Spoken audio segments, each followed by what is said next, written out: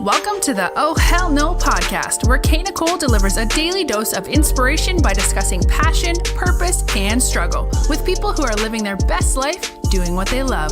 Here's Nicole.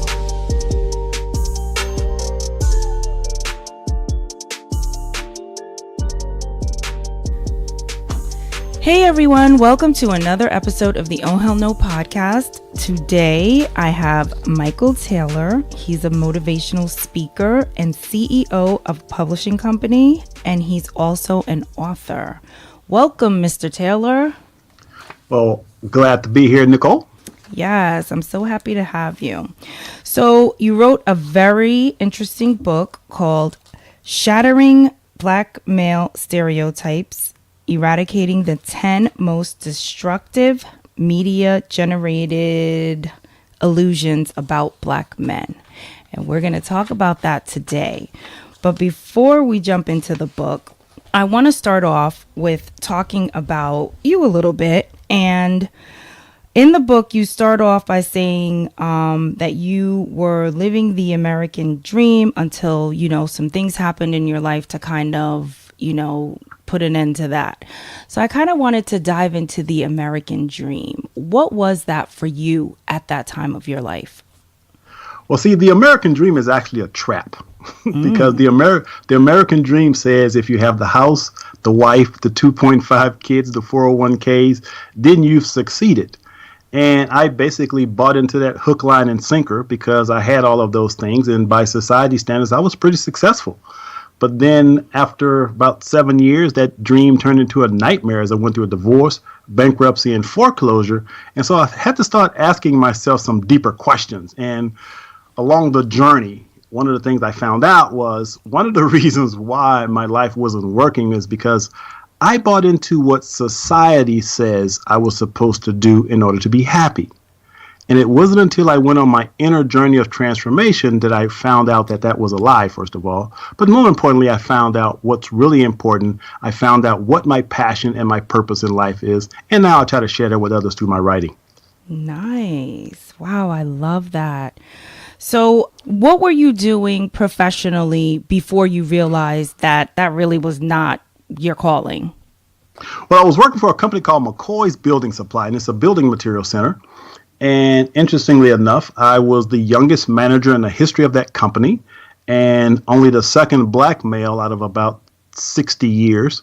And so it was something that, number one, I'm very mechanical, if you will. I love building things and I love fixing things. And I loved being in the building material industry. Taught me a lot, and a lot of the stuff I still use today. But the problem was, although I was a manager, if you will, there was a part of me that had always known that I was supposed to start my own company. And I've known actually since I was 10 years old that that was my purpose. I remember having a conversation with my grandfather when I was 10, and I remember specifically, and I walked up to him one day and I said, "Grandpa, when I get older, I'm going to be rich." And he said, "Well, how are you going to get rich?" I said, "Well, when I get older, I'm going to start my own company." And my grandfather said, "Man, that's a great goal to have." And I was about 10 years old, and I'll never forget that. And during this time, well, between the ages of 6 and 13, I was separated from my mom, living with my grandparents and my dad, and pretty abusive situation. But one of the things I did was we had a wooded area next to our house. And I created this little makeshift office where I would go out into the woods and pretend that I was this rich, famous business person. Now, I don't know if you remember the show Dallas. You remember the show Dallas? Yes. Yeah. Okay. So this is back in the 70s. And my grandparents loved the show Dallas. And I used to watch Dallas with them. And I didn't understand much about the show. But what I did know was that J.R. Ewing was a very rich dude. Mm-hmm. And when I was in the woods, I would pretend that I was in negotiations and arguments with J.R. Ewing. And it was just something that even to this day, it makes me smile because I remembered having my little fake desk set up there that was made out of tree branches. And I had a little table set up. And so I would pretend that I was arguing with J.R. Ewing. And so that dream, if you will, that dream of owning my own company actually propelled me to start my very first business when I was 14 years old. I started my first company when I was 14. I was actually walking to school one day, and I heard these two guys arguing. And it was at a motorcycle shop. And one of the guys was cussing at the other guy saying, "It's not my job to sweep the damn floor." And so I walk in, and it was actually the owner arguing with one of his mechanics. And so I walked up to the guy, and I said, "Hey, guess what? You need somebody to help clean your garage. I can help you with that. Let that guy work on the motorcycles. I'll clean your garage." And the guy was so impressed, he literally gave me a job. I started cleaning the motorcycle shop, and then he had some other friends that had some garages, and I ended up having like 4 different companies that I would go to and clean to make money.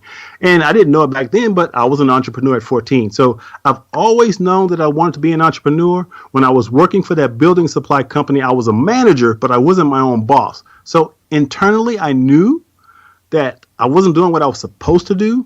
And when I went through my divorce, my bankruptcy, my foreclosure, it challenged me to really rekindle that desire to start my own business. Wow, that is really interesting. So what was the first step that you took to go into this whole entrepreneur journey? Did you know what you wanted to do exactly? Or was it did you try a bunch of different things before you finally found what you are doing now? Or how did you figure that out? Well, it's pretty interesting because I personally believe that the universe is perfect and everything happens for a reason.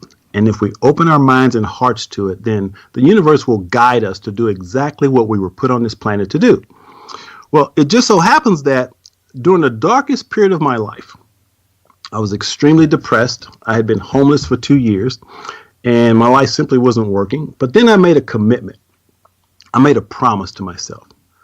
I said, you know what? If I don't do anything else in my lifetime, I'm going to figure out how to be happy. And actually, the reason that I came to this conclusion about figuring out how to be happy was I was sitting up late one night because I was too depressed to sleep. And at this time, I was actually living in an apartment. But I was sitting up and I noticed that all the books on my bookshelf had something to do with getting rich and making money. And as I looked at those books, this question just popped in my head. And the question was this: Michael, what if you took all the energy and effort you've used in trying to get rich and simply figure out how to be happy? That simple question literally changed my life in an instant. There was something in me, a part of me knew that was the key to what I was looking for, because I had been, once again, chasing all these external things, money, material possessions, and all of that. And so as a result of asking that question, that's when I went on this amazing journey of transformation, which resulted in my own personal, emotional, psychological, and spiritual healing. And as I went through this process of healing, I began to uncover some unique gifts and talents that I have. And one of the gifts is my ability to write. I never dreamed of being a writer, although I've always loved books, but I never dreamed I would write. But then one day I decided I was going to write a book. And the first book I wrote back in 1994 was called Brothers, Are You Listening? A Success Guide for the 90s. And the way I became a writer is I was sitting in a restaurant one day and I overheard a conversation between these 2 young black males. And they were having a conversation about the eradication of black men from America. And I got to tell you, it was one of the most heartbreaking conversations I had ever heard. And so I listened to them for a while and I decided to walk over to their table. And I looked at one of the guys. I said, "Man, please tell me you don't believe what you just said." And the guy looked at me and he says, "Absolutely." He says, "Man, don't you watch the news?" He said, "I believe in 20 years, all black men are either going to be dead or in jail." And I can't tell you how it hurt to see his face, because there was this powerlessness, there was this hopelessness that I could just feel he just had given up, that he didn't have a chance to succeed in America because he had bought into the stereotypes, which is the number one stereotype I've talked in the book about black men being an endangered species. And he had bought into that and he believed it. And so anyway, I walked away from that. Well, actually, I put my hand on his shoulder and I said, "Don't believe the hype." And I walked away. And as I walked away, there was a part of me that knew that I needed to do something. And as a result of that conversation, I decided that I would write a book. And the intention of the book was to empower Black men to change their mindsets, to, number one, learn some of the lessons that I had learned in my own process of healing in hopes to support them in doing the same thing. And so when I wrote that first book, I realized that I really have this amazing gift. And so I started writing. And then after I started writing, I then found that I had this amazing ability to communicate. And I decided that I would become a motivational speaker. And one of the reasons I became a speaker is because another reason I started writing was because I realized that in order to get speaking engagements, you needed to be an author. So being an author opens more doors. So I became an author as a result of wanting to be a better speaker, or to be a speaker. And so that's kind of how I came into finding my purpose and passion of being a writer and a speaker. Wow, that is so amazing. And I love what you said about not just chasing these external material things and really just figuring out, wow, I just want to be happy. How can I make myself happy? Because I feel like a lot of young people think that if they are able to make money, lots of money, that'll bring them happiness. And that is so not the case. So I love that you said that. Yeah. And I think that's one of the traps. And we have this idea based on our culture and society that the more stuff we have, the happier we'll be. And it's actually the opposite. The happier we are, the less stuff we need or want. Yeah, that's real. So in this book that you wrote, you've written a couple of books, but we're going to talk specifically about the Shattering Black Male Stereotypes book. You wrote, "In loving memory of Philando Castile, my heart is still broken, rest in paradise." Did you know him personally, or did that story just really, hit you in a deep place? No, I did not know him, but when that happened, and the first time I saw it in the media, I literally cried for 3 days. Wow. I mean, even now as I think about it, it still just breaks my heart. And so I decided that I wanted to do it in his memory because his story symbolizes how a lot of us as Black men feel. We feel powerless. And for him to be killed that way, that's why I understand why so many Black men feel so powerless. When you see things like that, how can you not? And so I just wanted to, number one, for my own healing process, dedicate the book to him and his life. Yeah, that story was crazy, and just the visual as well. I agree. So with seeing these things on the news every day, in your book, you have 10 different illusions. And the first one you say is Black men are an endangered species. So I just want to touch on that a little bit and kind of get your take on, what this chapter means and, what you feel about that. Well, first of all, let me say this. It is my belief that Black men are positioned to experience unprecedented levels of success in society today. I don't buy into all the negative media, especially the negative stereotypes about Black men. I happen to be an irrepressible optimist with a passion for the impossible. And it is my belief that there has never been a better time to be alive on this planet than right now. Now, I recognize all the challenges. I recognize all the, the negativity and pessimism perpetuated by our media, but I look at life through a different lens. I see it, but I don't buy it because I think, again, this is based on my own experience, my own research, my own beliefs, that the world is actually getting better. And I don't think racism is getting worse. I think what we're seeing now is the racism that has always been there, but because of technology, we now see it more often, more frequently. But what that's doing is it's giving us an opportunity to really address some of the things that we've been unwilling to look at. For example, when Barack Obama became president, people were thinking that, okay, so racism's over. No, racism didn't go away. What it did was it took a temporary vacation because we were so excited about this opportunity and this new possibility that he created. But people that were racist were still racist. It didn't change them. And so now that we have the complete opposite in our current president, it's simply bringing to the surface that which was already there. And so personally, I see it as a good thing because ultimately my belief is that human beings are still evolving. And I believe each generation actually gets less and less racist, and we get less and less belief that we're different and separate. And so the younger generation that are now exposed and have the opportunity to see men of color or black people in general doing a lot of amazing things. See, back in the 60s, think about it. Back in the 60s, if you were black, I remember being black in the 60s. And I remember whenever we saw a black person on television, it was a big event. I mean, we were calling neighbors, and my grandparents were excited calling us to come watch TV and see Sidney Poitier on TV. And it was a big event.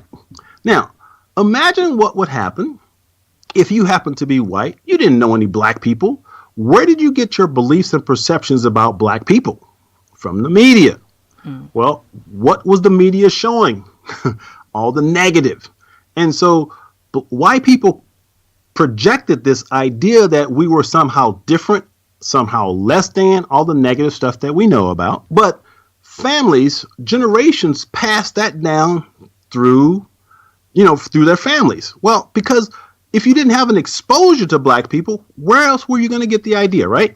Mm-hmm. So now, if we look at the current situation now, you have white people that live with, being exposed to, or being taught by, or marrying black people. So now the racist people that are still projecting this idea that we're different and negative, they're few and far between, I believe. But because of our sensationalized media, whenever there's any type of story, they're going to really blow it up and make it appear that racism is getting worse. And I personally just don't believe that.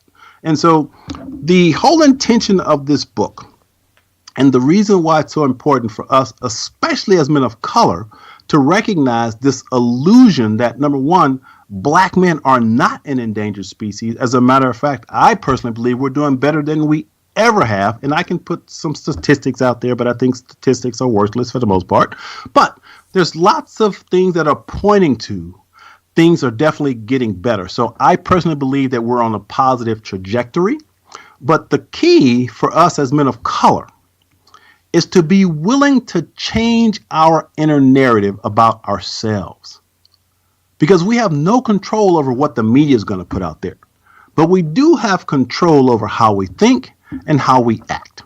And so my job is to support and empower men of color by getting them to change their mindsets about who they are in the world around them. Yeah, I love that.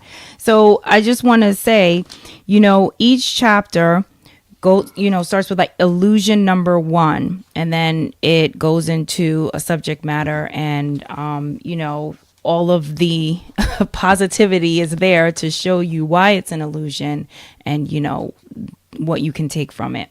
So I love that you wrote the book like that.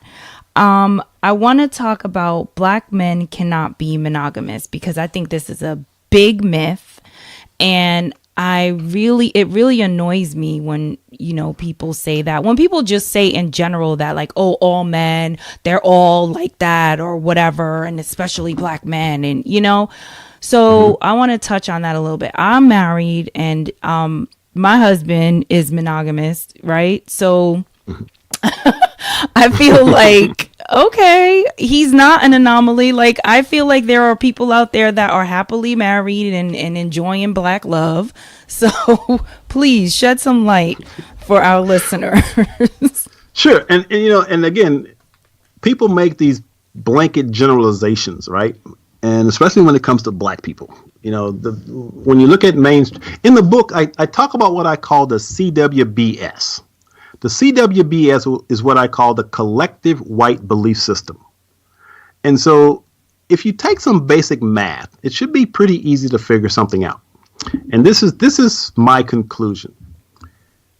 When you have the majority of people in power that controls media, they basically shape perception based on what they put out in the media. Since the majority of media companies are driven by white people, then that media is going to be biased based on their belief system as white people. Now, a lot of people will say that we live in a racist society. I don't believe that. I believe we live in a biased society, no question. And so there's a distinction to be made between being racist and being biased.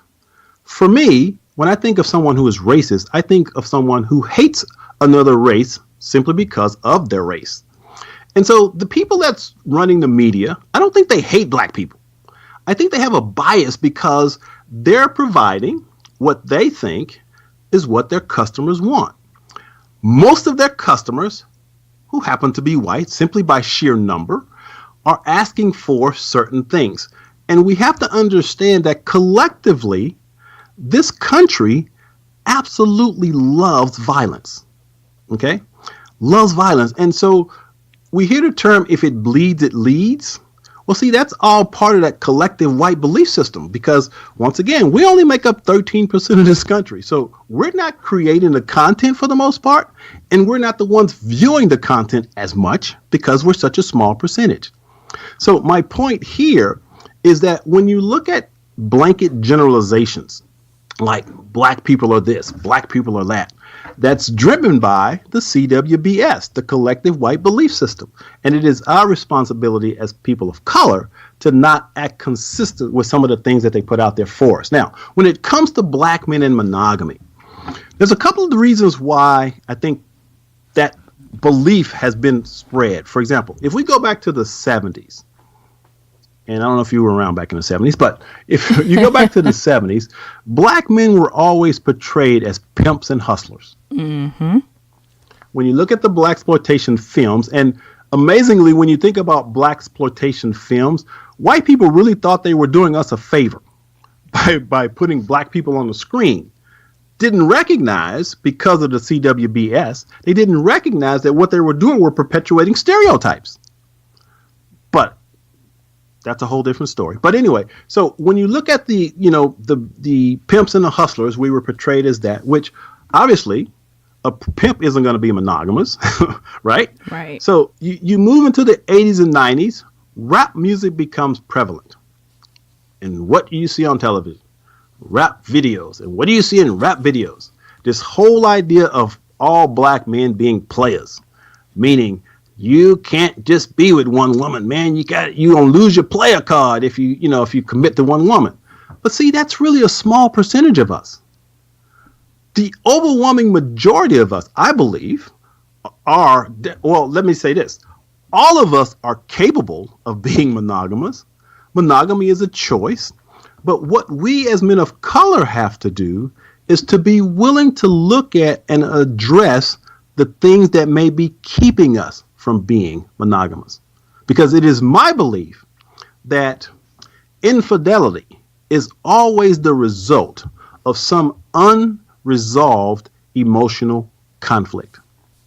I don't think affairs are ever about the physical act of sex. It's really about trying to feel an unfilled emotional need. And so we have a culture that have taught men, regardless of race, that to be a man, you must use sexual conquest as a gauge for manhood. Therefore, you have a lot of men out there who are trying to get notches on their belts because society says that makes you a man. And so what we have to be willing to do is to change that conversation. And we change that conversation by doing what we're doing right now. Having a man who's courageous enough to start talking about what it really takes to create intimate, loving, tender, committed, monogamous relationships. And so that is something that I'm definitely committed to.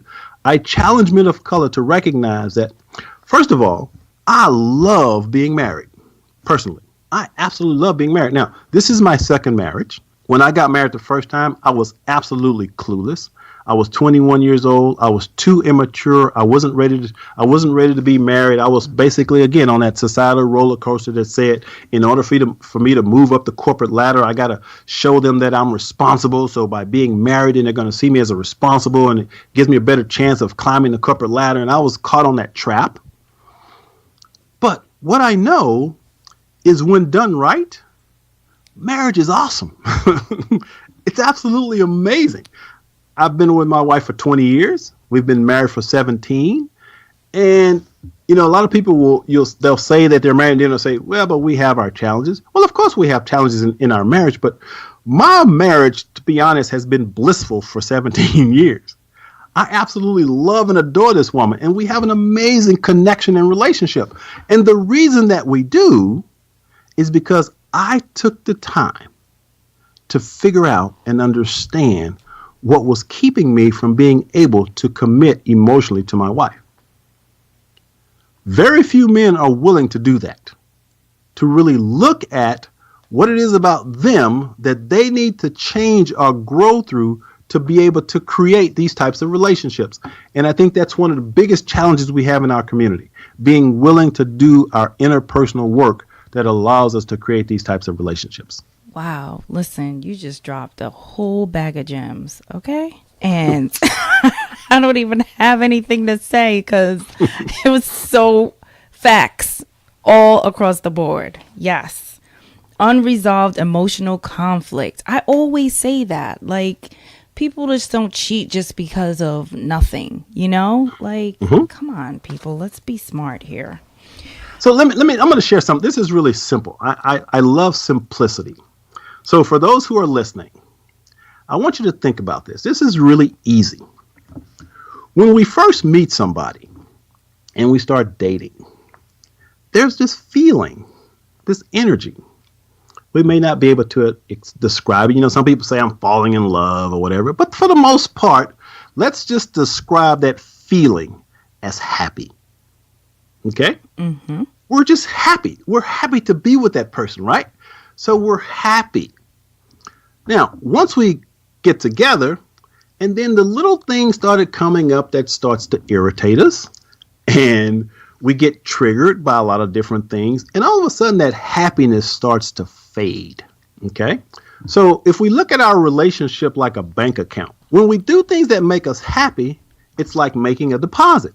When we do things that make us angry or sad, or shall I say negative, that's like a withdrawal. Well, in relationships, when we first get together and we're happy, we're depositing all this happiness in this account, right? Mm-hmm. But then when we get together, we start making all these withdrawals because I can't believe she just did that. I can't believe he did that. And all of a sudden that happiness starts to fade because that account there's more withdrawals than deposits. Now, what we sometimes do is when that account gets empty, we think, maybe I need to open another account.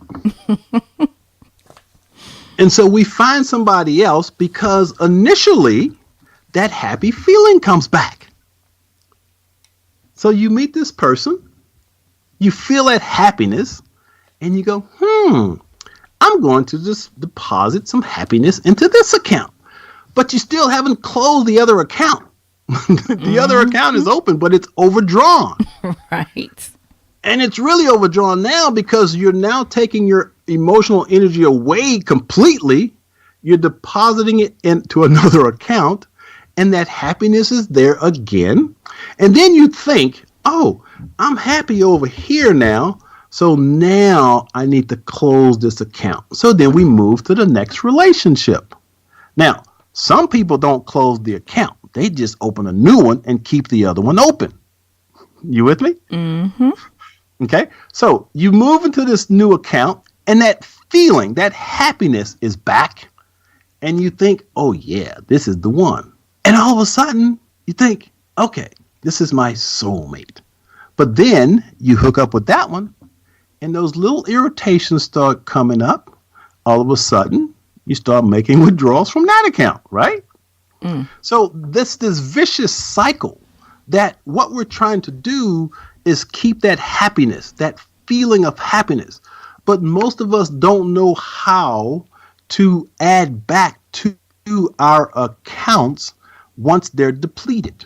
And so the only way to create relationships that last is to understand that you got to make more deposits than you do withdrawals. You got to add more happiness to it versus the negative energy, because it's all about energy. And so when we can figure out how to maintain that happiness, and when I say maintain that happiness, that doesn't mean that you're not going to get angry sometimes, you're not going to have conflict. Now, we got to make a distinction between fighting and conflict. They're two completely different things, because fighting is about being right. Conflict is what occurs when you put two human beings together. They're always going to have conflict because we're going to have different opinions about things. But when we can put the relationship above being right, there's no need to fight. Ever. Ever, ever, ever. Couples that are truly in love don't have to fight. But they will always have conflict because that's healthy. But most of us don't know how to deal with conflict. And so what we do is we withdraw that account and jump to another one because we're unwilling to figure out how to deal with the challenges of conflict. And the challenge of conflict is always emotional. And most of us don't have the emotional tools to deal with it. Yeah, I definitely. Does that make sense? Yes, absolutely. Definitely agree 100%. So talking about relationships, you said something, I watched you on an interview and you said something about the illusion black men are deadbeat dads. Mm-hmm. And you talked about, teaching yourself how to be a great dad, mm-hmm. And I thought that was such a powerful statement because I think a lot of people feel like, oh, if they didn't have a dad, then, that means that they could just go around and have all these babies and not be responsible because no one taught them, and not take the responsibility to say, hey, I don't have to do what my parents did. I can be different. I can be better. And I just want you to touch on that a little bit. Yeah. So once again, that's one of the illusions that black men are deadbeat dads. And if you were to look up deadbeat dads in a dictionary, for mainstream media, there'd be a black guy right there, right? Mm-hmm. But here's the fact. And the fact is, being a great father has nothing to do with genetics. It has nothing to do with race. Being a great father is learned behavior. Therefore, anyone can become a great father if they choose to. Now, I didn't have a great relationship with my dad, but I made a decision at an early age that if I didn't do anything else in my lifetime, I was going to be a great dad because I wanted to do the opposite of what my dad did. And so I read books. I went to seminars. I had mentors.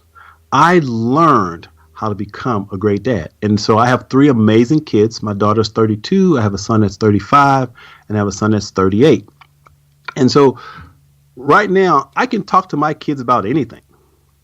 They can talk to me about anything. They know that door is always open.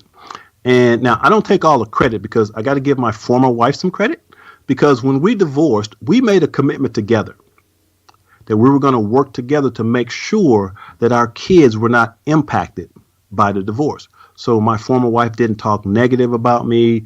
We had a very cordial divorce. I mean, we even used the same attorney. We worked together as a team to ensure that we didn't traumatize our kids. And so it's possible for people to divorce, break up, whatever, but we have to put the kids as first priority. And when we do that, kids can heal from just about anything. Divorces are painful, no matter how you look at it. Most of us as men did not have great role models, regardless of what color you are. It's a masculine issue. It isn't a racial issue. The media would have you believe that it is, but the CDC did a study back in, I think, 2013, and they interviewed like 10,000 people. And what they found was that black men were actually more involved in their children's lives than men of other races. You don't see that in mainstream media. But even more importantly, there's a guy down in Australia. His name is Steve Biddulph, and he's a quote unquote expert on fatherhood. And I've been following him for years, read a lot of his books. But he came up with what's called the 30-30-30-10 rule.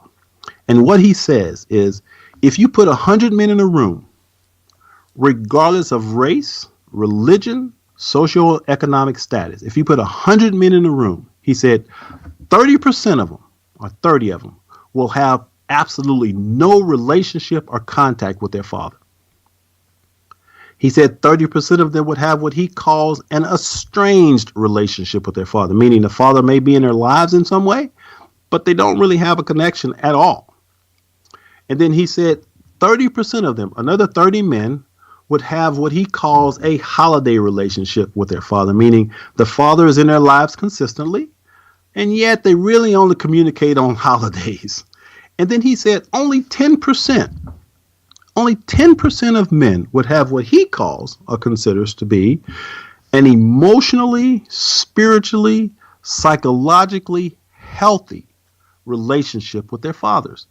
So it has absolutely nothing to do with race, although the media would have you believe that we as black men are the deadbeat dads.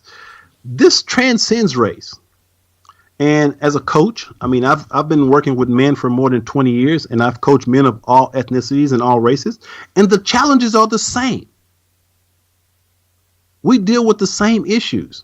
We have daddy issues. We have father issues. We have the same woundings and issues. Unfortunately, as men of color, we haven't really had resources that challenges us to look at this issue. And that's why I think it's so important for men of color to read these types of books that I'm writing. Absolutely.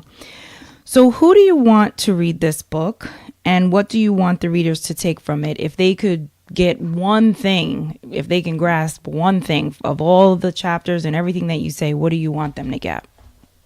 Well, first and foremost, the book is written to empower men of color to transform their inner narrative about themselves. It's important for us to recognize that a lot of us have actually accepted some of these stereotypes without even knowing it. And so we must be willing to bring to our awareness whether or not we believe some of these things and whether or not we're acting consistent with some of these things. So that's the reason that I wrote the book, first and foremost, to change the inner narrative of men of color. Secondly, if you don't happen to be black, it's important for you to understand how the media has shaped your beliefs and perceptions about black men.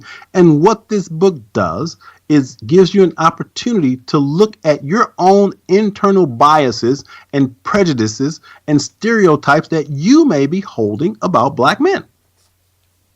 And rest assured, the white people that have read it have been empowered by it. It's not a judging, condemning, attacking white people kind of book. It's about becoming aware of the hidden biases and stereotypes that you may be holding on to, and it gives you an opportunity to look at them and possibly change your own inner perception that you may have about black people. Love it. You have done very well with yourself and just getting yourself to the place that you're in today in life. What do you credit that to? Well, I'm a firm believer that there is a power greater than myself that I choose to call the source. I don't necessarily adhere to any organized religion, but I consider myself to be extremely spiritual. And so therefore, for me, what I believe is that I have tapped into this power that is greater than myself. And it is the source of my purpose, my passion, my empathy, my compassion. I am guided by this source. And this source, I like to think of it as expressing itself through me as me. And so I believe that every human being has a unique purpose. We're born with this purpose encoded in our DNA. And it is our responsibility to figure out what that purpose is. Now, There's a guy named Eckhart Tolle. You ever hear of that guy? I am reading that book. Yeah. Yes, I love it. Yeah, Eckhart Tolle said something that I think is really amazing. He says we have two purposes. He says purpose number one is to wake up to, discover, find who you really are. That's your primary purpose, to wake up to who you really are. And then he said your second purpose is to figure out how can you take the unique gifts and talents that you have and somehow apply them to make the world a better place. And so our purpose, our true purpose in life falls at the intersection between that which we love and are really good at and that which the world needs. And so for me, the world needs a powerful, positive voice specifically for, but not limited to, men of color. And so the gifts that I have are writing and speaking. And so I take those gifts, I apply them to that need. I become an author and a speaker, and therefore I am fulfilling my life's purpose. And so I am driven by the knowing that this energy and intelligence that I choose to call the source is literally just using me to express itself in this form called Michael Taylor. Nice. And you answered my next question, which was, do you feel like you're doing your purpose work? And if so, what is it? So you answered that question within that statement that you just made. That's amazing. It was such a pleasure talking to you today. I really love this interview. But before I let you go, I always ask my guests to share an oh hell no moment that has changed their perspective on something or taught them something. And an oh hell no moment is just a moment, you know, through your journey where you're just like, oh hell no, this can't be real, or this didn't happen, or this did happen and I'm still in shock, I can't believe it, or whatever. Just, you know, the bumps along the road. Well, yeah, I love the title, by the way. Oh, thank you. And I've got a ton of these oh hell no moments. But one of the most profound oh hell no moments I had was, and it's actually, I believe an oh hell no moment can actually be very positive. So this is going to be a positive oh hell no moment. Because, again, I was homeless for a very long time and I couldn't find a job. And I got this job. Actually, I don't know if you've ever heard of what's called a labor pool. Labor pool is where, you know, ex-convicts go to find work. They go in and you're sitting at this counter and you got these guys that are just sending you out to some of the worst jobs you can imagine because nobody will hire you because you're ex-con, right? Mm-hmm. So I'm in this labor hall because I just needed some money. So I said a little prayer that night. I said, God, just let me get a job. I don't care what it is. I'm willing to do it, whatever it is. So I get to the labor hall and this guy immediately calls me. There were several days I went and I never got a job.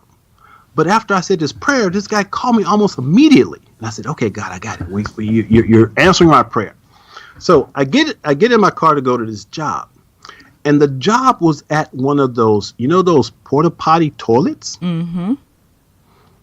My job was to clean those porta potty toilets. Mm.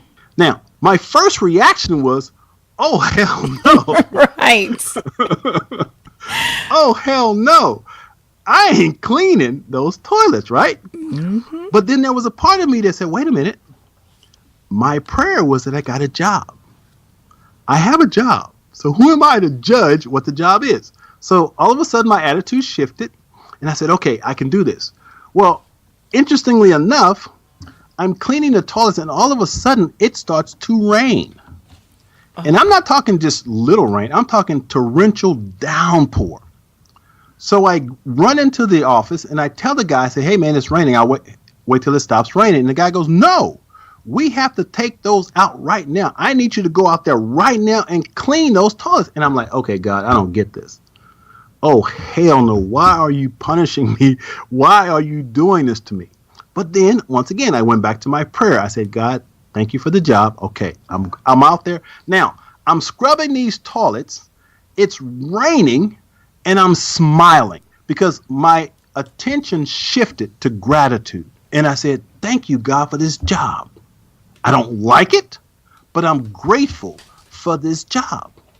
And so after that work was over, I went back to the labor hall. And the following day, when I went back for another job, I got a job in a hotel, and the guy actually ended up hiring me full time.